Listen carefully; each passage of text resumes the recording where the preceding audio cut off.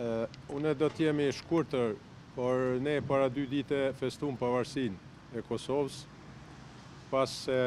një muj, më tepër se një muj do ta kemi edhe për vjetorin e betejës koshores, e cila simbolizon edhe një gurt fuqishëm, apo përçon një gurt fuqishëm të lirisë dhe pavarësisë Kosovës. Qeveria e Kosovës, mandatin e kalum, praktikisht ishte në proces një projekt për vazhdimin e punimeve në kompleksin memorial të betejës së Koshores, ku ishin të paraporë 2 milion euro. Mirë po, ai projekt asnjëherë s'ka fillu,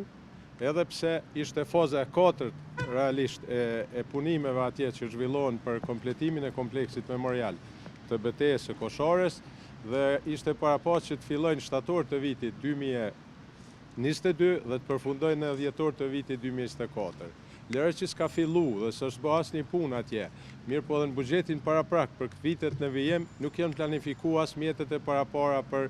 projektin i cili ishte në procedurë. Kështu që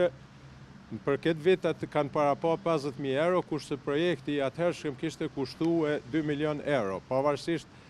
inflacionit me cilin është përballë Kosova nga ajo kohë deri më sot. Kështu që unë kam paraqit një amandament, edhe kam kërku mirëkuptimin e të gjithë deputetëve të Kuvendit Kosovës, përfshi edhe komisionet përkatëse, mirë po nuk ka hasë në mirëkuptim, që i bie se ne vetëm kur janë përvjetoret e betejave, përvjetoret e herojve dhe dëshmorëve, shkojmë, majmë fjalime jashtëzakonisht fuqishme, por realisht shumë pak punojmë dhe bëjmë për ta dhe për meritat e tyre. Kështu që është për keqardhje, kjo qasje, kur janë pyetje dëshmorët, herojt, familjet e tyre dhe gjithë ata që janë më meritorët, pse sot ne flasim këtu dhe kemi mundësinë për të bisedojmë edhe për buxhetin, edhe për qeverinë, institucionet dhe mbi bazën e cilit qëndron i tërë shteti. Ju faleminderit shumë.